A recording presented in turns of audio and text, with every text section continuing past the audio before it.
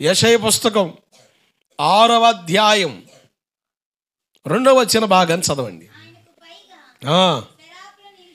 శరాపులు నిలిచి ఉన్నారు, ఒక్కొక్కరికి 6 రెక్కలు ఉన్నాయి. ప్రతి వాడు 2 రెక్కలతో మోకాన్ని, 2 కాళ్ళను కప్పుకొనుచు 2 ఎగురుతా ఉన్నాయి. దేవదూతల గురించి ప్రత్యేకమైన అధ్యయనం మనం చేస్తూ యెషయా పుస్తకం 6వ అధ్యాయం 2వ వచన భాగంలో చెప్పబడిన ఆ విషయాన్ని మనం ధ్యానం చేస్తూ ఉన్నాం.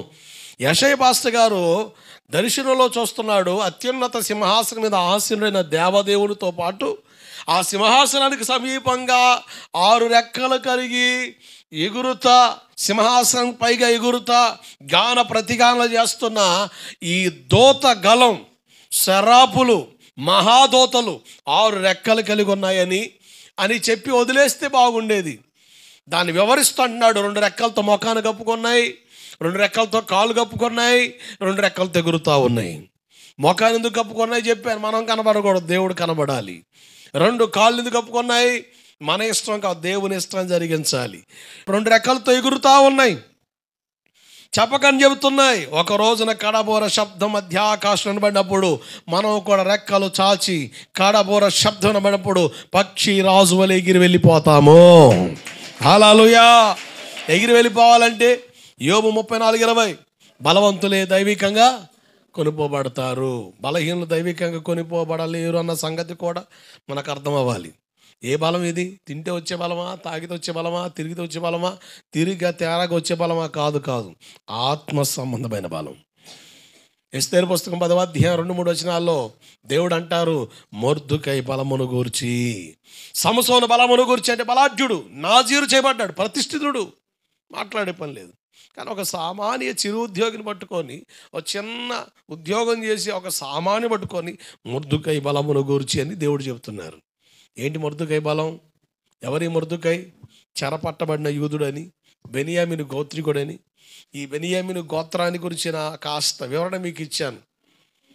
2వదిగా ఎస్తేరు పుస్తకం 2వ అధ్యాయం 20-21 వచనాలు, తాను చేసే పనిలో నమ్మకత్వం కనపరిచాడని, నమ్మకత్వాన్ని కనపరచడం ద్వారా రాజు ప్రాణాలు కాపాడబడ్డాయని.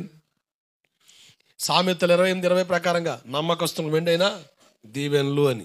ఏ విషయాలు నమ్మకం ఉండాలి అని మనం అడిగితే పౌలు పాస్టర్ గారు అంటారు, అన్ని విషయాల్లో నమ్మకస్తులుగా ఉండాలి అని. ఆధ్యాత్మిక క్షేమాభివృద్ధి కొరకు ఒక సేవకుడిగా మీకు ఒక 5 సంగతులు పరిచయం చేశాను. 1, ఒక విశ్వాసి దేవుని ఎదుట నమ్మకంగా ఉండాలని. అలాగే ఒక వ్యక్తి రక్షించబడడానికి, ఒక వ్యక్తి మార్పు చెందడానికి దేవుడు వాడుకున్న పాత్ర దైవజనుడు, సేవకుడు, సంఘ కాపరి, ఆత్మీయ నాయకుడు, సేవకుని ఎదుట నమ్మకంగా ఉండాలని. రక్షించబడిన మనల్ని దేవుడు గాలికి వదిలేయలేదు, పూట కూలి వానింటికి చేర్చినట్లుగా ఒక సహవాసంలో చేర్చారు. అంటే సహవాసంలో నమ్మకస్తులుగా ఉండాలని. సహవాసానికి వెళ్ళే మనం ఓరకను వచ్చి వెళ్ళిపోకూడదు, ఏదో ఒక పరిచయలో పాలు పొందాలి. అది మన ఇష్టాన్ని బట్టో, సేవకుని ప్రోత్సాహాన్ని బట్టో, దేవుని ప్రారంభం బట్టో జరుగుద్ది. కనుక మనం పరిచయంలో నమ్మకస్తులుగా ఉండాలి.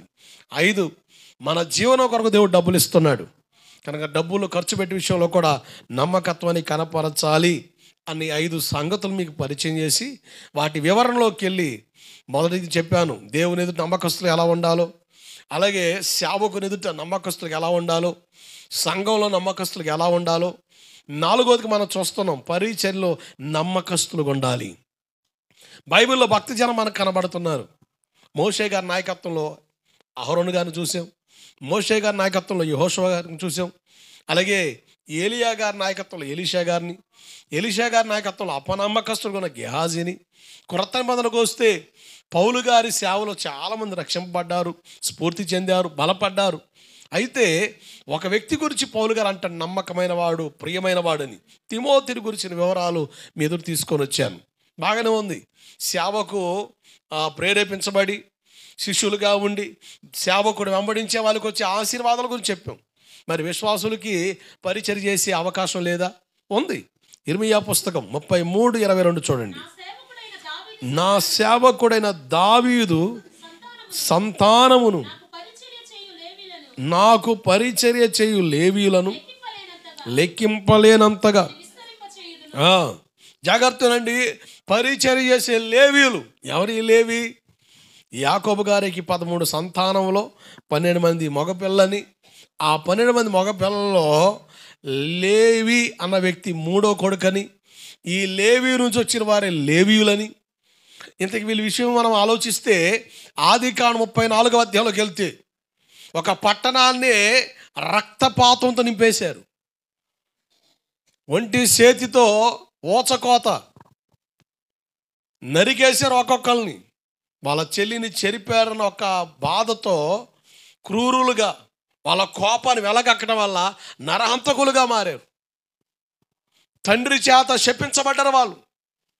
యాకోబు వాళ్ళని ఆశీర్వదిస్తూ ఈ లేవీయుల్ని షిమీయుల్ని గురించి మాట్లాడుతూ అంటాడు, వీళ్ళు కోపిస్తులు, వీళ్ళ సంఘంలో చేరొద్దు,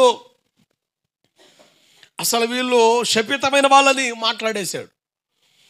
భౌతిక తండ్రి వీళ్ళని శపిస్తే పరమందున తండ్రి వీళ్ళని ఆశీర్వదించాడు. దేవుడికి స్తోత్రం కలుగునుగాక. అంటే ప్రతి వ్యక్తి జీవితంలో దేవుడు ఒక అవకాశం ఇస్తాడు. ఇక్కడున్న ప్రతి ఒక్కరి విషయంలో దేవుడు అవకాశం ఇస్తాడు. ఆ అవకాశాన్ని సద్వినియోగం చేసుకున్న వాళ్ళు దీవెనకరంగా మారుతారు. లేవీలు ఏమనో సద్వినియోగం చేసుకున్నారా? నిర్గమాకాండం 32వ అధ్యాయంలో చూస్తే అక్కడ టర్నింగ్ పాయింట్ కనబడుద్ది. ఇశ్రాయేల్ అందరూ కూడా గందరగోళంగా జాతరలో తిరణాల్లో పడి గోలగోలగా ఉంటే మోషే గారు వచ్చి దేవుని పక్షాన ఎవర్రా పోయి అనగానే లేవీలు అందరూ పక్కకు వచ్చేసారు. మిగతా 11 గోత్రాలు మాత్రం పాస్టర్ గారి మీద రుసరుసలాడుతున్నారు. ఏదో లేడని చెప్పేసి ఏదో సంతోషంతో ఏదో చిన్న సంబరం చేసామనుకో, ఏదో కుర్రోళ్ళు సరదా పడ్డారని డాన్స్ పిల్లలు తెచ్చి కాస్త డాన్స్ చేసామనుకో తప్పేముంది, దానికి పాస్టర్ గారు కోపం రావాలా అన్నట్టుగా మూతులు ఇరుత్తు ఉరుమురు చూస్తూ ఉన్నారు కొంత మిగతా వాళ్ళు. ఈ లేవీలు మాత్రం నిర్దాక్షిణ్యంగా పక్కొచ్చేసారు. మోషే పాస్టర్ గారు అంటాడు, కత్తి చేత పట్టుకుని ఒకడు నరికేండ్రు అంటాడు. అంటే భౌతికంగా నరుక్కొని పోతే దేవుడు మిగలడు. ఆత్మ సంబంధమైన ఆలోచన అక్కడ ఉంది.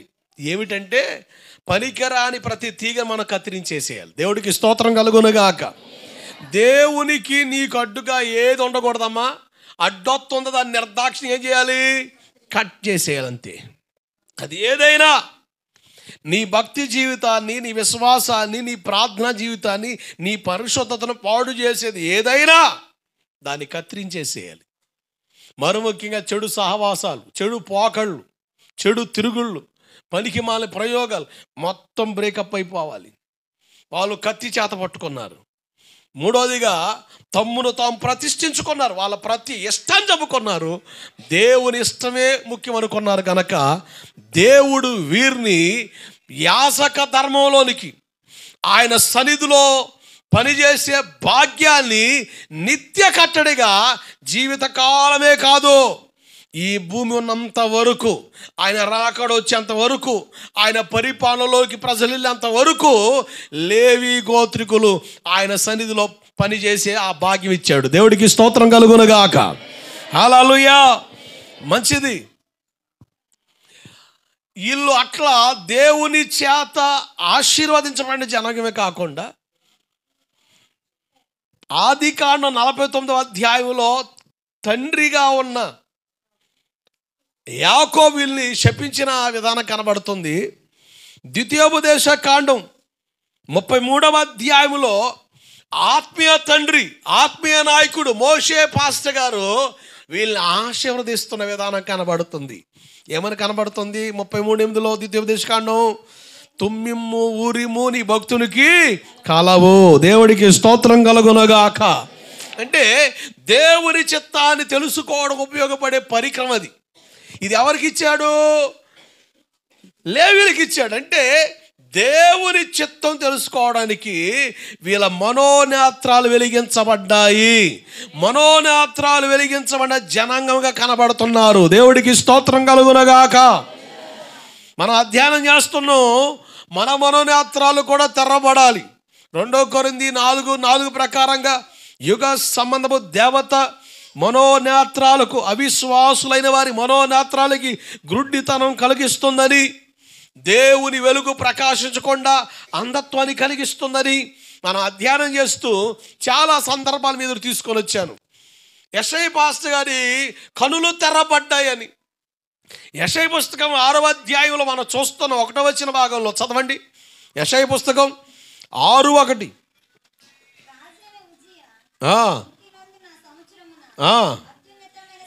అత్యున్నత సింహాసనమందున్న ప్రభు ఆసీనుడై ఉండుట నేను చూచాను. I had seen my God. నేను దేవుని చూచాను. చాలా అద్భుతమైన సందర్భం. యెషయా గారి జీవితానే కాదు, సేవా విధానాల్ని పూర్తిగా మార్చేసింది. యెషయా 6వ అధ్యాయం పూర్తిగా ఒక వ్యత్యాసమైన మార్పును తీసుకొచ్చేసింది. రాజైన ఉజియా మృతి పొందిన సంవత్సరాన యెషయా పాస్టర్ గారు కనులు తెరబడ్డం ద్వారా, జాగ్రత్త నడుపులారా, ఏ ప్రవక్తకి లేని భాగ్యాన్ని యెషయా పాస్టర్ గారికి దేవుడు ఇచ్చాడు. నేనంటాను, మన కనులు తెరబడితే, నీ నేత్రాలు వెలిగించబడితే నీ జీవితంలో చాలా మార్పులు ప్రారంభించబడిపోతాయి. ఆధ్యాత్మిక పరిధిలో ఉన్నతమైన శిఖరానికి దేవుడి నడిపించగలడు.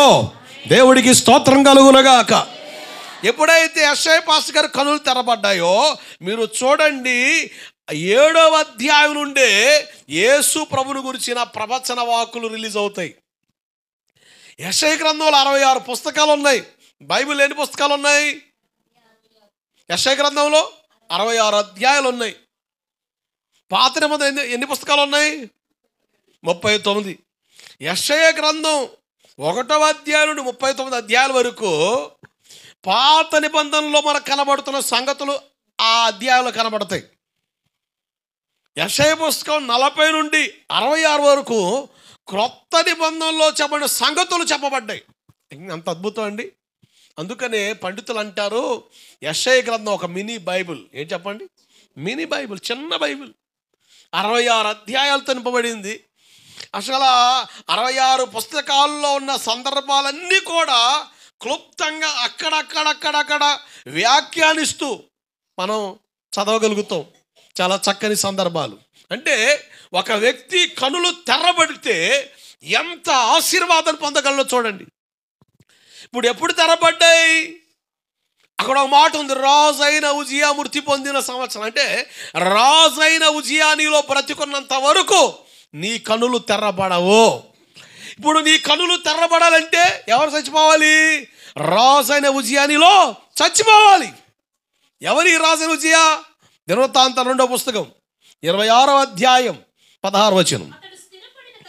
అతడు స్థిరపడిన తరువాత అతడు మనస్సును గర్వించి చెడిపోయాను. నెంబర్ 1, ఎవరి ఉజియా? గర్వం. ఒక వ్యక్తిలో గర్వం ఉంటే ఆ వ్యక్తి కనులు తెరబడవు. గర్వం. మీరు అపోస్తుల కార్యగ్రంథం 9వ అధ్యాయం 18వ వచన భాగం చదివితే, పౌలు గారు సౌలుగా ఉన్నప్పుడు హింసకుడు, దోషకుడు, హానికరుడు, సంఘాన్ని హింసించాడు. యూదా మతము తప్ప పరమతానికి అవకాశం లేదు. ఈ క్రైస్తవులు ఎవరు? ఈ క్రైస్తవులు అందరిని మార్చేస్తున్నారు. సెనిగోగులోనికి ప్రజలు రాకుండా, సమాజ మందిరంలోకి ప్రజలు రాకుండా వీళ్ళు వేరు చేస్తున్నారు. ఈ క్రైస్తవ మతం, ఈ క్రైస్తవులు ఉండకూడదని కంకణం కట్టుకొని తాకీదులు తెచ్చుకొని ప్రార్థనకి వెళ్ళే వారిని అందరూ కూడా భయంకరంగా హింసించాడు. సౌలు కొన్నంత ఘోరమైన సాక్ష్యం ఇంతవరకు వచ్చిన ఓడికి లేదు, సాక్ష్యాలు చెప్పేవాళ్ళకి. కానీ కొంతమంది సీరియల్ రూపంలో చెప్తారు సాక్ష్యాలు. ఏంటి సీరియల్ రూపంలో చెప్తారండి? ఒక ఆయన అన్నాడు, ఆయన పిలిచామనుకోండి, ఇక సీరియల్ టైపే, సడన్గా బ్రేక్ ఎత్తాడు, ఇక టెన్షన్. తర్వాత ఏమైంది? గొంతులో ఆ పిల్లోడు ఉన్నాడు, ఈయన ఒక టవర్లో ఉన్నాడు, ఏమైంది టెన్షన్. తర్వాత సంవత్సరం కోటలు వస్తాయి. పిల్లరా, మరలా ఈ సంవత్సరం కోటలు రాబోతున్నాయి, ప్రార్థన చేయండి. కొంతమంది అడిగితే, పాస్టర్ గారు మన సంవత్సరం వచ్చాడా, సాక్ష్యం చెప్పాడా, ఆయన తేవండి, ఆయన తెప్పించండి. అబ్బో ఆయన ఆయన వస్తే 10,000 అవుతుంది. 10,000 నేను ఇస్తానండి. ఎవరా? నేను ఇస్తా. అదే సంఘానికి ఇవ్వమాను. మాకే ఆడున్నాయి పాస్టర్ గారు. ఎన్ని అప్పులు, ఎన్ని తిప్పలు, ఎన్ని నొప్పులు, భలే గొప్పోడువే ఉంటే మేమేమో ఏంది అవ్వా ఆ పాస్టర్ గారిని తెప్పిస్తాడు. 10,000 ఇవ్వడానికి రెడీ అయిపోడుగా, తెప్పిస్తాడు. మన సంవత్సరం ఎంతమంది వచ్చారు కోటానికి? చేతులు ఎత్తండి. కొన్ని లెగితే కొన్ని లేగవు. ఓహో చాలా మంది తెలీదా? క్లుప్తంగా చెప్తాను, గంట చెప్తాడు. చెప్పి మరో గంట చెప్పి పిల్లరా 11:30 అయింది, తెల్లవారు చెప్పిన నా సాక్ష్యం తీరదు, దేవుని చిత్తమైంది, మరలా వస్తాను అంటాడు. మళ్ళా టెన్షన్, ఇంకా మళ్ళా అబ్బో మళ్ళా అబ్బో. పౌలు గారు ఎంత క్లుప్తంగా చెప్పాడు. హింస కూడాను, దోష కూడాను అయిపోయింది. దేవుడికి స్తోత్రం కలుగునుగాక. హల్లెలూయా. యేసు ప్రభువు కంటే మా సాక్ష్యాలు గొప్పవండి. ఆయన త్యాగంటే మా త్యాగాలు గొప్పవండి. ఎంత తిరణాలు చేస్తున్నారండి. అద్భుత సాక్ష్యం. రక్తములో నుంచి బయటకు వచ్చిన కరుడు కట్టిన గుండా. అబ్బా అబ్బా అబ్బా గుండాగాడంట అని గుండులన్నీ వచ్చేస్తాయి. అసలు చూడు, పౌలు గారు సింపుల్గా చెప్పాడండి. హింస కూడాను, దోష కూడాను అయిపోయింది. నేను ఒకప్పుడు హింసకుడు పిల్లారా, నేను ఉద్యోగం చేస్తున్నాను, నాకు ఒక సైన్ ఇవ్వబడింది. నేను ఆ ఊరెళ్ళి 2 పడిశాను, ఈ ఊరెళ్ళి 4 పడిశాను, అటుపోయి ఆ సంఘం తగలబెట్టాను, ఆ ఇంట్లో వాళ్ళని తగలబెట్టాను. ఒక గర్భిణీ స్త్రీ వస్తే కత్తి పట్టుకొని గర్భిణిని పొడిచి ఆ గర్భాన్ని చీల్చి ఆ గర్భంలో శిశువుని బయట తెచ్చి కత్తి మీద లేపి నిలబెట్టాను. అయ్యో పాపం ఏంది? అయ్యో పాపం బ్యాచ్ ఎక్కువ ఏంది? అయ్యో పాపం. మనకు మార్పు ఉండదు. ఎంతమంది సాక్ష్యాలు చెప్పినా అయ్యో పాపం మాట జరిగిందంటే. సాక్ష్యాలు ఎందుకు? సిగ్గు తెచ్చుకొని బుద్ధి మార్చుకొని బతుకులు కట్టుకుంటారని. ఈరోజు క్రైస్తవులు ఏమైపోతుంది? అయ్యో పాపం మాట జరిగిందంటే. అయ్యో పాపం కాడ అయిపోయింది, పాపం కాడ అయిపోయింది. ఆ పాపంలోనే ఉంటుంది, ఆ పాపం నుంచి బయటికి రాదు. సాక్ష్యాలు కూడా కల్తీ సాక్ష్యాలు అయిపోయినాయి. దేవుడికి స్తోత్రం కలుగునుగాక. ఈ సాక్ష్యాలు వినేవాళ్ళు ఎక్కువని కల్తీ సాక్ష్యాలు అయిపోతున్నాయి.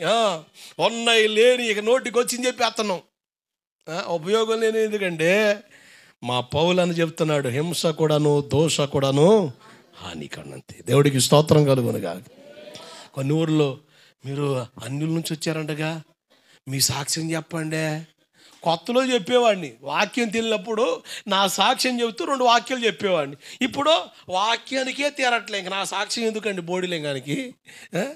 ఏమండి నా సాక్ష్యానికి ఆడే టైం అండి. కొన్ని సభల్లో పాస్టర్ గారు మీ సాక్ష్యం చెప్పండి, మీ చెప్తా 2 మొక్కలు సందర్భాన్ని బట్టి చెబుతా. సందర్భాన్ని బట్టి 2 మొక్కలు తెలిసి పక్కన పెడతా. అంతే కానీ పిల్లారా మాది పశ్చిమ గోదావరి జిల్లా, మరి నా పేరు శ్రీనివాసు, మేము 4 పిల్లలం, నాకు 2 చెల్లాయిలు 1 తమ్ముడు, వాళ్ళ పేర్లు ఏమనగా ఈ రకం చెబితే తీరుద్ది వ్యవహారం. సాక్ష్యాలు మాత్రం గుడ్ల గొప్పలాగా వింటామండి. వాక్యానికి వస్తే ప్రార్థన ఎక్కువ చేస్తాం. ప్రార్థన ఆత్మలో తేలుతా ఊగుతా ఉంటాం. వాక్యం అయితే వినమండే, సాక్ష్యాలు మాత్రం ఆయన పాదని కూడా పోనివ్వలేదంట, వాళ్ళ రాత్రులు కాపలా కాచేవాడంట. నా సాక్షిని చాలా మంది ఏడిచారు. ఏడిపెత్త నేను కూడా. దేవుడికి స్తోత్రం కలుగునుగాక. ఏడిచి అంత సాక్ష్యం ఉంది నాకు కూడా. ఏడుపు కొట్టు సాక్ష్యం, ఏడిచి అంత సాక్ష్యం ఉందండి ఏడిపెత్త. కానీ ఉపయోగం ఏముంది? ఆదివారం చర్చికి వెళ్తావా? వెళ్ళావు. మరి సాక్ష్యం ఏమన్నావురా? పలానా వ్యక్తి అండి పశ్చిమ గోదావరి జిల్లా అంటండి, ఈ ఇంట్లో వాళ్ళు పాదం పోనేవారంటండి, దొంగసాటుకు పోయి వాక్యం ఉన్నాడు అంటండి. మనం ఏడంటాం?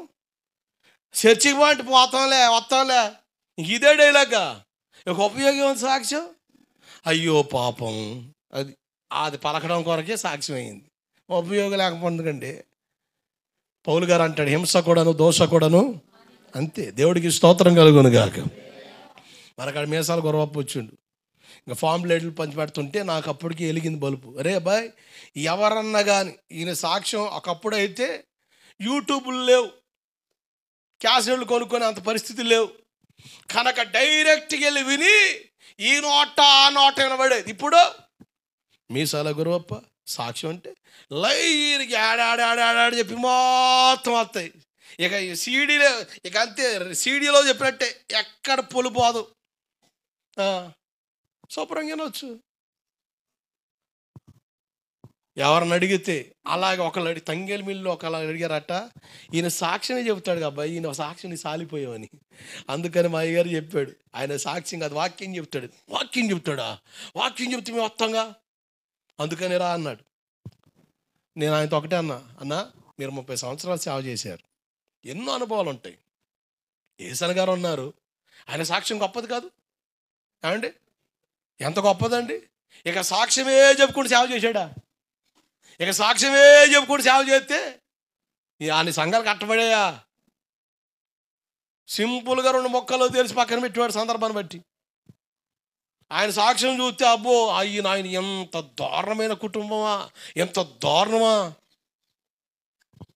ఎన్నో అనుభవాలు ఉంటాయి సేవలో, వాటిని పంచుకుంటూ దేవుని వాక్యం చెప్పమంటే నీకు లాంటి నాకు ఇంతవరకు తగలలేదన్నాడు. ఆడిపోయినా సాక్ష్యం చెప్పమంటారు కానీ నువ్వు ఒక్కడే వాక్యం చెప్పమంటావు అంటే వాక్యం చెప్పానా? వాక్యంలో కొన్ని సందర్భాలు కొన్ని అనుభవాలు పంచుకో అని చెప్పా. నీకు ఇలాగ 20 సంవత్సరాల క్రితం ఒక అతను నాలుగు అడిగాడు, వాక్యం చెప్పు సాక్ష్యం వద్దని. నేను వాక్యం చెబుతుంటే కొంతమంది లేచాయా వాక్యం ఎప్పుడు వినేదే, మీ సాక్ష్యం వినాలని బళ్ళు కట్టుకొని, ఏ బళ్ళు, ఎడ్ల బళ్ళు కట్టుకొని పల్లెటూర్లు 20 కిలోమీటర్ల నుంచి వచ్చాం సాక్ష్యం చెప్పాయా అన్నారు. నేను 20 సంవత్సరాల క్రితం యూట్యూబ్ ఛానల్ లేదన్నా, 20 సంవత్సరాల క్రితం ఎంత డెవలప్మెంట్ లేదన్నా, అంత డెవలప్మెంట్ ఉంటే అలా అడిగేవాళ్ళు కదంటే కాలుకే తేలికేస్తుంది అన్నాడు. కాలుకే తేలి కాదన్నా, వాక్యం చెప్పు, సంఘానికి కావాల్సిన ఉపదేశం అన్నా. మనకాడ సాక్ష్యం ఆపి వాక్యంతో పాటు ఆయన అనుభవాలు పంచుకుంటూ దేవుని మాటలు చెప్పాడు. దేవుడికి స్తోత్రం కలుగునుగాక. చాలా బాగుంది. తర్వాత చెప్పారు, అబ్బా ఇన్ని సంవత్సరాలకి ఈయన వాక్యం విన్నామండి. వింటాం. పౌలు గారు సింపుల్గా చెప్పాడు, ఏమని? హింసకుడు, దోషకుడు 3 ముక్కల్లో తేల్చాడు. మాది 3 గంటలైనా కూడా తెగట్లే తాడు, పబ్లిక్ గమలేక సాగుతానే డైలీ సీరియల్ టైప్ అనమాట. అవసరమే. ఆయన సిలువ త్యాగం గొప్పది. దేవుడికి స్తోత్రం కలుగునుగాక. హల్లెలూయా. ఎప్పటికి మేము తగ్గాలి, ఆయన చెప్పండి, ఎప్పటికి మేము తగ్గాలి, ఆయన హెచ్చాలి. బాప్తిస్మ యోహాను అదే చెప్పాడు, నేను తగ్గాలి నువ్వు హెచ్చాలి, అంతే. అది మహిమ కలిగిన సేవ. మనుషులకు మేము కనబడకూడదు. పాట పాడినా, సాక్ష్యం చెప్పినా, వాక్యం చెప్పినా మేము మరుగవ్వాలి, ఆయన కనబడాలి. దేవుడికి స్తోత్రం కలుగునుగాక. హల్లెలూయా. అటువంటి సేవ అనుభవాలే సంఘాలని కట్టగలుగుతాయి, సంఘాలను సంపూర్ణతలో తీసుకురాగలుగుతాయి. అటువంటి జ్ఞానాన్ని దేవుడు మాకిచ్చి ఈ చివరి దినాల్లో సంఘాలను ఉజ్జీవంతో నింపునుగాక. హల్లెలూయా, హల్లెలూయా. కనులు తెరవబడాలి. పౌలు గారు సౌలుగా ఉన్నప్పుడు దేవుడు దర్శించగా దమస్కు మార్గాన ప్రకాశవంత వెలుగు తగలగానే కళ్ళు బయలుగా మీ కళ్ళు పోయినాయి. ఒక ఆయన అంటాడు మా ఏరియాలో, ప్రభు నమ్ముకున్నాడు, రోజు దేవుడు నా దగ్గరికి వస్తాడండి. దేవుడు రోజు వస్తానండి ఆయన. నేను ఈ కళ్ళతో నేను ఎన్నిసార్లు చూశాను వేసాను అన్నాడు. ఒరే నిజంగా యేసు ప్రభు దగ్గర రాలేదు కానీ ఆయన వెలుగు చూస్తేనే పౌలు గారి కళ్ళు బయలుగా ఆయన దగ్గరికి వచ్చాడు. నువ్వు మసి మాడైపోతావు, మసి బూడిదైపోతావు. కొంతమంది బడాయి సాక్ష్యాలు చెబుతారు, తిక్కల సాక్ష్యాలు ఇవన్నీ. అర్థమైందా? మోషే గారిని అంటాడు, అయ్యా నువ్వు నన్ను చూడాలనుకుంటే దూరాన ఆ రాళ్ళు సందుల్లో ఉండని. ఆయన ఎలతుండగా ఆయన అంగి అని చూసే డాముని కింద పడ్డాడు. దేవుడికి స్తోత్రం కలుగునుగాక. హల్లెలూయా. కనుక ఆయన మనం చూడడానికి అవకాశం ఉండదని ఆయన రకరకాల కోణాల్లో, గొర్రె పిల్లల, సింహంలా, కొన్ని దర్శనాల్లో ఆయనకి సాదృశ్యంగా ఉన్న ఆ పోలికల్లో ఆయన మనకు కగబడుతూ మనల్ని బలపరుస్తూ ఉంటాడు. దేవుడికి స్తోత్రం కలుగునగాక. డైరెక్ట్గా ఆయన వచ్చాడనుకో మాడి మసై బూడిదైపోవడం ఇంకేం ఉండదు. ఇక దేవుడికి స్తోత్రం కలుగునగాక. హల్లెలూయా. అవగాహన లేని మాటలేని తిక్కల మాటలు, ఆ మాటలు పట్టుకొని చాలామంది యూట్యూబ్లో ఇప్పుడు వాక్యాలు ఎక్కువైపోయినాయి, యూట్యూబ్ ఛానల్ ఎక్కువైపోయినాయి. సబ్స్క్రైబర్ కొరకు ఎంత దిగజారుతున్నారండి. ఈ మీసాల గొప్ప పాట కొయ్యారే కొయ్యి కొయ్యి కొయ్యా, అది ఏడదా పోయింది తెలుసా? సినిమాలో కలిపేశారు దాన్ని తీసుకెళ్ళి. జస్ట్ ఒక మొక్క పెట్టే పాడికి అసలు చూసుకోండి 4 రోజులు హాట్ టాపిక్. ఒక ఛానల్లోడ్ అయితే ఒక పాస్ గారు ఫోన్ చేశానా, మీసాల గొర్రె నెంబర్ ఉందా, ఎందుకురా ఇంటర్వ్యూ చేద్దామని. ఎందుకు? సబ్స్క్రైబ్స్ పెరుగుతారన్నా, ఫ్యాన్ ఫాలోయింగ్ ఎక్కువైందని. అంటే స్వలాభం కొరకు ఆలోచించి రకరకాల ప్రయత్నాలు చేసి సంఘాలను సర్వనాశనం చేసే, సర్వ నష్టాన్ని కలిగించే నాశనపు ఆలోచనలు ఈరోజు బయటకు వస్తున్నాయి. కనుక జ్ఞానం కలిగి మనం నడవాలి. దేవుడికి స్తోత్రం కలుగునుగాక. అందుకని పౌలు గారు చక్కని మాట అంటాడు చూడండి. కొరింథీ మొదటి పత్రిక 4వ అధ్యాయంలో ఒక మాట ఉంటుంది, అందరు చూడాలి. కొరింథీ మొదటి పత్రిక 4వ అధ్యాయం 15-16 వచనాలు. క్రీస్తు నందు మీకు ఉపదేశకులు 10,000 మంది ఉన్నను, తండ్రులు అనేకులు లేరు. సువార్త ద్వారా నేను మిమ్మల్ని కంటిని గనక మీరు నన్ను పోలి నడుచుకుని వారై ఉండవాలని మిమ్మల్ని బతిమాలు కొనుచున్నాను. యూట్యూబ్ ఛానల్ వాక్యాలు అంటున్నారమ్మా, మీ పాస్టర్ గారు వాక్యాలు అంటున్నారా? మా పాస్టర్ గారు వాక్యాలు రోజునే కదండి. అల్లం ఉంటే బెల్లం ఉండదు, బెల్లం ఉంటే అల్లం ఉండదు, ఘాటుగా ఉంటాయి. ఏమేంటని చెప్పు. మీ పాస్టర్ గారు వాక్యాలు అంటున్నారా మీరు? అమ్మా మీ పాస్టర్ గారు వాక్యాలు అంటున్నారా? అబ్బే, బైబిల్ చెబుతుంది 10,000 మంది ఉపదేశకులు నా తండ్రులు అనేకులు లేరు, తండ్రి ఒక్కడే. మిమ్మల్ని బతిమలాడుకొనుచున్నాను నన్ను పోలంటే మీరు ఏ నడకలో ఉండాలి? మీ సహవాసంలో ఏ క్రమాన అయితే దేవుడు నేర్పిస్తున్నాడో ఆ క్రమంలో మీరు నడిపించబడాలి. దేవుడికి స్తోత్రం కలుగునగాక. ఈరోజు బడాయి బచ్చ కూళ్ళకి చచ్చానే వారలేని చూడటం తప్పు కాదు. ఫస్ట్ నీ సేవకుడు వాక్యం విను. యూట్యూబ్ ఛానల్ నేను వాడుకొని దేనికంటే సబ్స్క్రైబర్ కొరకు, ఫాలోవర్స్ కొరకు అయితే కాదు. ఎప్పుడు మౌంటైజ్ చేస్తే డబ్బులు వస్తాయి. ఇక వాడే వచ్చి పల్లెలో పెట్టి ఇచ్చిపోతాడు దండం పెట్టి. అవసరంలే, ఇది వ్యాపారం కాదు. నేను వ్యాపారం చేయడం కొరకు యూట్యూబ్ ఛానల్ పెట్టలే. నా ఆత్మీయ పిల్లలు ఆదివారం పూట విన్నప్పుడు కొన్ని అర్థం కానప్పుడు అందరి చేతిలో ఫోన్లు వచ్చినాయిగా, స్మార్ట్ ఫోన్లు. ఈరోజు టీవీలు వచ్చినా కూడా యూట్యూబ్ ఛానల్, ఫేస్బుక్లు వస్తున్నాయి. ఇక ఈ కేబుల్ ఏం అవసరంలే, టీవీ ఉంటే చాలు, యూట్యూబ్ ఫేస్బుక్లు వస్తున్నాయి.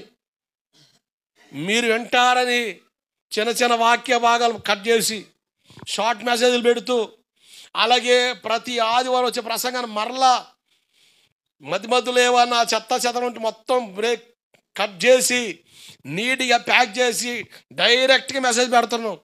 ఎందుకు? తిన్నదరక్కో ఊసిపోకాదు, నువ్వు వాక్యం వింటావని. దేవుడికి స్తోత్రం కలుగునగాక. హల్లెలూయా. యూట్యూబ్ ఛానల్లో వాక్యం వినండి. ఒకవేళ ఆదివారం అర్థం కాదనుకో వినండి. యూట్యూబ్ ఛానల్లో వాక్యం వినమన్నాడు పాస్టర్ గారు అని చెప్పేసి, మా పాస్టర్ గారు లైవ్ ఎత్తున్నాడని చెప్పేసి కమ్మగా టీవీకి కనెక్షన్ ఇచ్చి నువ్వు దోళ్ళలాగా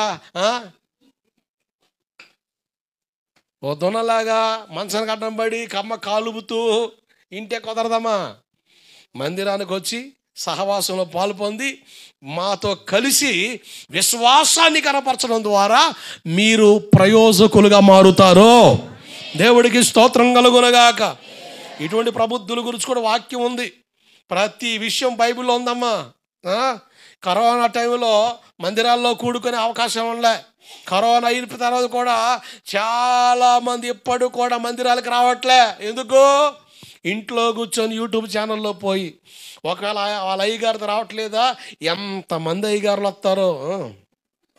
ఏయ్యగారులా ఏయ్యగారులు వస్తారు, ఎంతమంది వస్తారో. ఇప్పుడు యూట్యూబ్ ఆన్ చేయడం ఎంతమంది ఏయ్యగారు లైన్లో ఉంటారో. స్కానర్ ఏడా యూట్యూబ్ ఛానల్లోనే కొట్టేసేయి నొక్కేసేయి. దేవుని సేవ ఘనంగా జరగాలి. దేవుడికి స్తోత్రం కలుగును గాక. అసలు తెలివితేటలు ఎక్కువైపోయినాయి. అసలు ఏదైనా పరికరం వస్తే దాన్ని వాడేది మనమే అవుతున్నాం. హల్లెలూయా. దానికి ముందడుగు మనమే వస్తున్నాం. స్కానర్లు మొత్తం ఇక ఏం లేదండి, టీవీలో వాక్యం చూసి స్కానర్ వస్తుంది, దానికి అడిపోయిట కొట్టేస్తే చాలు వెళ్ళిపోతాయి. సందా కూడా ఇంకంతే, స్కానర్ చూసి కొట్టేయడమే. నువ్వు 10 రూపాయలు కొడతావు, 20 రూపాయలు నీ ఇష్టం, కొట్టుకో. ఎంతమంది అంత పరిస్థితులు మారిపోయినాయి. చర్చిలకు రావట్లే, తెలివితేటలు మీరిపోయినాయి. ఇటువంటి వాళ్ళు కొరకు కూడా దేవుని వాక్యంలో ఉంది. హెబ్రీ పత్రిక 4వ అధ్యాయం 2వ వచనం, వారికి ప్రకటింపబడుతున్నట్లుగా కానీ అది కదుగో టీవీ కాడ కూర్చొని వాళ్ళే హైదరాబాదులో వాళ్ళు ఏడాడో ఉంటారు, మనం ఏమో గోవిందపురం నుండి కమ్మగా చూసా వారితో వినిన వారితో విశ్వాసం గలవారమై కలిసి ఉండలేదు గనుక విన్న వాక్యం తొంగలో దొక్కినట్టే. ఉల్లిపాయలు కొత్త వాక్యం అనొచ్చు, అంట్లు కడుతా వాక్యం అనొచ్చు, పక్క వాళ్ళు తిడతా వాక్యం అనొచ్చు, ఏదైనా చేసుకుంటే వాక్యం అనొచ్చు. కానీ వినిన వారితో నువ్వు కలిసి ఉండలేదు, సహవాసంలోకి వెళ్ళలేదు కనుక విన్న వాక్యం ప్రయోజనకరమే కాదు, నిష్ప్రయోజనం. కనుక నోరు మూసుకొని ఒళ్ళు దగ్గర పెట్టుకొని బైబిల్ చేతులు పట్టుకొని ఆరమో భారమో ఎంత దూరమైనా అది ఎంత భారమైనా ఎంత దూరమైనా ఏం చేయాలా? బైబిల్ చేతులు పట్టుకొని బుద్ధిగా నేనును నా ఇంటి వారును చిలకలూరుపేట సెంటర్లో ఉండేదామా? ఏడంటాం? యెహోవానే సేవిస్తాం. ప్రయాసపడి భారం మోస్తున్న సమస్త జనులారా నా యొద్దకు రండి, మీకు నేను బిస్కెట్లు ఇస్తాను కదా. అబ్బాయి రెస్పెక్ట్ ఇస్తాను కదా. ఆయన వెళ్తే కుర్చీ ఆడతాడు, ఇంటి కుర్చీ కూడా వేయడా? బిస్కెట్లు, రెస్పెక్ట్లు, ఇంకా టిఫిన్లు, టీలు ఇంకా ఇస్తానన్నాడా? ఏమిస్తానన్నాడు? విశ్రాంతి ఇస్తానన్నాడు. దేవుడికి స్తోత్రం కలుగునుగాక. హల్లెలూయా. కనుక జాగ్రత్త. మనం సహవాసంలో కలిసి రావడం వలన మనం ఫలిస్తాం, ఫలవంతంగా మారుతాం, ప్రయోజకులుగా మారుతాం, దీవెనకరంగా మారుతాం. కనుక దేవుని సన్నిధికి వస్తున్న మనం వెలిగించబడే అనుభవాల్లోనికి రావాలి అంటే ఖచ్చితంగా ఈ అనుభవాలు కూడా మనం రావాలి. నువ్వు ఖచ్చితంగా నీ సేవకుడు వాక్యం వినాలి. ఈ లైవ్లో వినాలతో అంటున్నాను. ఒకవేళ చార్లెస్ విన్నీ గారు వాక్యం విన్నావు సరే, మరి మీ పాస్టర్ గారి సంగతి ఏంది? వేరే పాస్టర్ గారు వాక్యం విన్నావు సరే, మరి మీ పాస్టర్ గారి సంగతి ఏంది? నీ రక్షణ కొరకు, నీ ఆత్మీయత కొరకు, నీ కొరకు ఏర్పాటు చేసిన నీ సేవకుని సంగతి ఏంది? జాగ్రత్త. నీ గురించి లెక్క చెప్పేది నీ సేవకుడు కనుక బాధ్యత ఆయనకు ఉంటుంది. కనుక నువ్వు బాధ్యత రహితంగా ఉండడం వల్ల, నువ్వు లెక్కలేనితనంగా ఉండడం వల్ల అసలు అసలు అసలు కొంతమంది మాట్లాడతారు, అసలు మా గురించి మీకు ఎందుకండి, వస్తే వస్తాం లేకపోతే లేదు. ఏందట? ఇష్టమైతే వస్తామంటే కష్టమైతే మా అనుకుంటామండి. ఏందట? ఏమి లేదు. ప్రతి వాని గురించి లెక్క అప్పగించవలసిన వారికి ఉన్నాం కనుక అన్ని విషయాలు అటువంటి వ్యవహారాలు చేయలేకపోతున్నాం కనుక కనీసం ఈ విషయంలో నా కాస్త కోస్తాను ఆయన చేస్తే, నువ్వు వెలిగించబడితే, నీవు అనే ఆలోచన మారితే, నీ వ్యక్తిగత జీవితంలో కూడా సేవకుడికి అవకాశం ఇస్తే ఏదైనా దిద్దగలడు, అద్దగలడు. దేవుడికి స్తోత్రం కలుగునుగాక. ఎత్తవా? మీరు తిట్టకపోతే ఎవరు తిడతారండి అంటాం. తిడితేనో మొహం ఎంత వాస్తుంది, ఇంత వాస్తుంది, ఉబ్బు కామురులు వచ్చినటువంటి మొహం. ఏంద్రంటే అయ్యగారు నన్నే తిట్టాడు, నువ్వే కదా చెప్పి తిట్టమని. నువ్వు తిట్టపోతే ఎవడు తిట్టమని తిడతామంటే తిట్టపోతే ఎట్ట, గద్దించపోతే ఎట్ట, హెచ్చరించపోతే ఎట్ట. ఒక ఆయన అట్టగే వాళ్ళ ఆవిడతో తగా పెట్టుకున్నాడు, ఆమె వెళ్ళిపోయింది. ఎవడు రావట్లే. ఎవరు వీడు తెలితే తెస్తామా మళ్ళీ ఇదే తీరు. ఎందుకు వచ్చిన వారు ఇప్పుడు మాట్లాడతలే.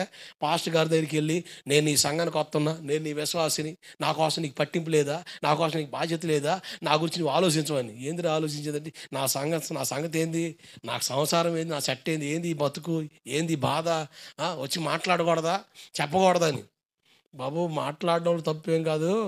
మాట్లాడిన తర్వాత మళ్ళీ మా మాటలు మీరు అనకుండా తేడా చేస్తే మాకు విలువ ఉండదు అంటే, అంత లెక్క ఎందుకు ఆలోచిస్తావు? అసలు ఎప్పుడు నేను దాటిపోయానా?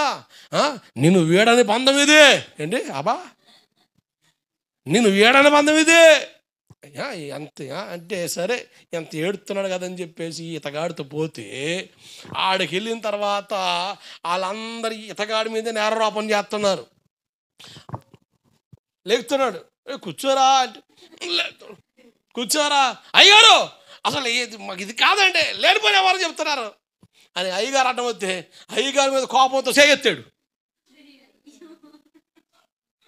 ఇంకేంటి, బాత్రూమ్ పోయినా ఏందిరా సుబ్బిగా, ఏందిరా అంటే సాక్ష్యార్థం ఏంటా సాక్ష్యం, అయ్యగారు మీ చెయ్యెత్తిని సడన్గా మర్చిపోయి, అయ్యగారు చెప్పాడు, వ్యక్తిగత విషయాలు మేము రాకూడదురా, అంత అవకాశం మాకు ఇవ్వలేదురా నాయన, సొరబడితే తేడా పడతారని. ఎనలే, ప్రేమ అనురాగం అని చెప్పా, ఆత్మబంధం అని చెప్పా, ఆత్మీయ అనురాగం అని చెప్పా. ఆడికి వెళ్ళిన తర్వాత అన్ని రాగాలు పోయి కూని రాగం వచ్చింది నాకు. ఇక చూసుకో, సడన్గా ఎత్తి ఏమైందిరా సుబ్బిగా, ఎట్ట ఉండిపోయింది.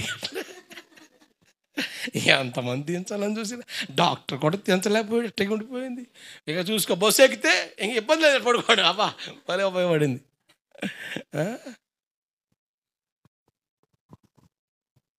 యేసుప్రభు దగ్గరికి వచ్చి, మా అన్నదమ్ముల మధ్య ఒక తగాద రన్ అవుతుంది, ఆస్తి తగాదా, నువ్వు వచ్చి తీర్చు అంటే యేసుప్రభు అన్నాడు, పదా ఆడి సంగతి తెలుద్దాం, చట్టానికి ధర్మానికి న్యాయానికి ఒక్కడే తీర్పు, పదా. ఏమిట్రా బాయ్ అన్నాడా? ఏమన్నాడు? బాబు, నాకు ఎవడిచ్చాడు ఈ బోరి పెత్తనం, ఈ పిచ్చి పెత్తనాలు ఇవ్వడం చేయడానికి నేను రాలేదు బాబు అన్నాడు. దేవుడికి స్తోత్రం కలుగునుగాక. నిజం. ఒక మర్యాద ఇంటికి పిలిచింది నన్ను, పాదనటిపోయా. వెళ్ళిన కాడ నుంచి, అయ్యగారు మా అత్తగారు లేనిపోని అనుమానాలు రేపుతుంది అయ్యగారు, ఎట్టంటుంది అయ్యగారు, అట్టంటుంది అయ్యగారు అంటే, కోడలు నా కాడికి వస్తుంది, అత్త నా కాడికి వస్తుంది, ఎవడికి సమాధానం చెప్పాలి?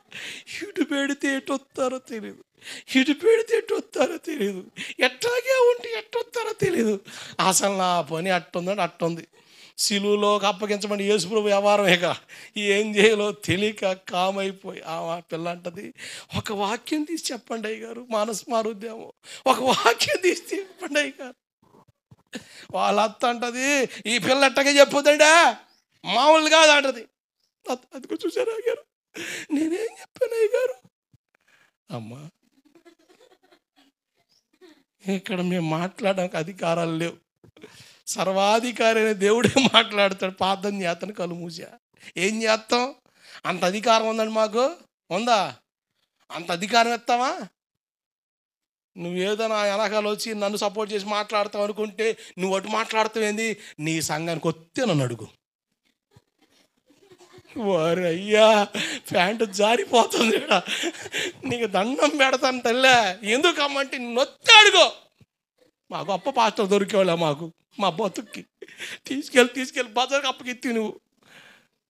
ఇటువంటి వస్తాయనే యేసుప్రభు పాదాలు కనబడి ఏడిసేది. దేవుడికి స్తోత్రం కలుగునుగాక. హల్లెలూయా. ఏమన్నా మనసులో ఉంటే, అయ్యగారు ఏంది పట్టించుకోవట్లేదు అనుకుంటే, ఇప్పుడు కానీ పట్టించుకోతలే నన్ను. పరిస్థితులన్నీ తేడా ఉన్నాయి. ఎవడు సమాధానం చెప్పేది? నీ మనోనేత్రాలు తెరబడితే, నువ్వు వెలిగించబడితే, నీకు ఒక ప్రత్యక్షత వస్తే, నీకే ప్రత్యక్షత రావాలి? ఒకటి, నీ దేవుని గురించిన ప్రత్యక్షత ఉండాలి. ఏముండాలి? ఎవరిని వచ్చి చర్చికి వెళ్తే చంపేస్తాం అన్నా కూడా చంపేసుకో. ఆల్రెడీ చచ్చిపోయావా? చచ్చిపోయావు నువ్వు. అవును, చచ్చిపోయా. నేను సిలువేయబడ్డా. ఇప్పుడు నా జీవితం యేసుకి. అట్ట వచ్చావా? చచ్చిపోయావు అంటే దెయ్యమై వచ్చావని. యేసుని గురించిన ప్రత్యక్షత నీకు ఉండాలి. 2, నీ సంఘాన్ని గురించిన ప్రత్యక్షత నీకు ఉండాలి. పోయి ఆ సంఘాన్ని పోతున్నావా పిల్ల? నువ్వు పరలోకం పోతావా? అసలు ఏం చెప్తున్నావు మీ పాస్టర్? అసలు ఆ సంఘానికి పోయి వాళ్ళందరూ మెచ్చుకోలేనా? అసలు పరమ దరిద్రులు ఉన్నారు, దుర్మార్గులు ఉన్నారు, దుష్టులు ఉన్నారు. ఆడు బాప్తిజం తీసుకొని తాగేస్తున్నాడు. ఆ పిల్ల చూడు ఎట్ట చేస్తుందో. అట్టగమ్మా, నీతి కలిగిన సంఘం ఏదైనా చూపించు నాకు.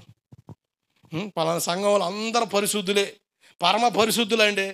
రాకడొస్తే ఒక్కడు మెగళ్ళు అందరు వెళ్ళిపోతారు. సంఘం చూపించు, నేను కూడా శ్యామ అనుకొని ఆడకొచ్చి కూర్చొని నేను కూడా ఆరాధన చేస్తా. దేవుడికి స్తోత్రం కలుగునుగాక. నీ సంఘాన్ని గురించిన ప్రత్యక్షం నీకు ఉండాలి. నీ సంఘం వాక్యము చేత కట్టబడుతుందా? వాక్యమే పునాదా, లేక మానవ ప్రయత్నాలా, పిచ్చి ప్రయత్నాలా తెలియాలి. నీ సంఘాన్ని గురించిన ప్రత్యక్షత ఉండాలి. 3, నీ దైవజనుడి గురించిన. మీ పాస్టర్ గారు మామూలుడు కాదు. మామూలుడు కాదా? ఏందిరా మామూలుడు కాదు? చెప్పు. మామూలుడు కాదు. చెప్పురా, నీకు దండ పెడతా. మామూలుడు కాదు, అంతే. ఈడు మామూలుడు కాదు, ఇంకంతే. ఇంతకు మా ఊరోడు కాదని ఉంటుంది వారం. ఏంది ఆడు మా ఊరోడు కాదు. అది నీ దైవజనుడి గురించిన ప్రత్యక్షత నీకు ఉండాలి. దేవుడికి స్తోత్రం కలుగునుగాక. లేనిపోని మాటలు మాట్లాడుతుంటారు. మీ పాస్టర్ గారు మొన్న ఆ పిల్లతో మాట్లాడుతున్నాడు.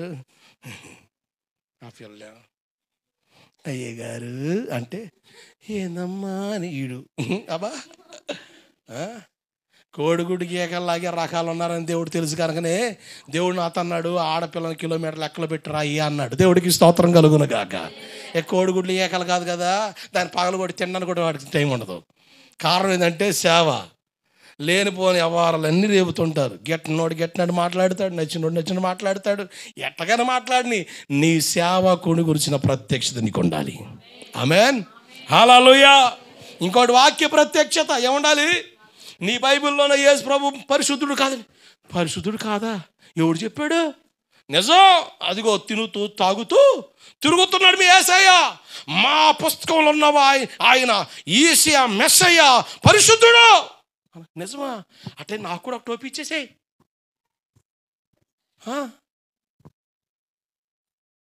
ఏ నామాలు బాప్తిజం తీసుకున్నా? ఏమన్నా ముంచెడు లేపాడు తెలీదా? ఆ సెల్లు అర్థం కాలే. తెల్లవారుజామున తీసుకెళ్ళాడు, అలా ముంచి లేపాడు. మరి ఏం పలికాడు నాకు కూడా తెలీదు. 3 అడిగాడు. సరే అన్న, అలాగే అన్న, అంతే అన్న, ముంచేసాడు. ఇంక అంతే అయిపోయింది. అంతేనా?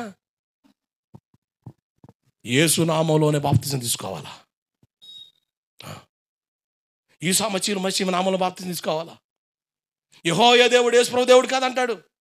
వాక్య ప్రత్యక్షత నీకుంటే, వాక్య జ్ఞానం నీకుంటే, వాక్య అవగాహన నీకుంటే, ఎంతమంది ఎన్ని మాటలు చెప్పినా యేసుని విడిచి వెళ్ళలేవు. గట్టిగా చప్పలు కొడుతూ స్తోత్రం చెప్పండి. హల్లెలూయా.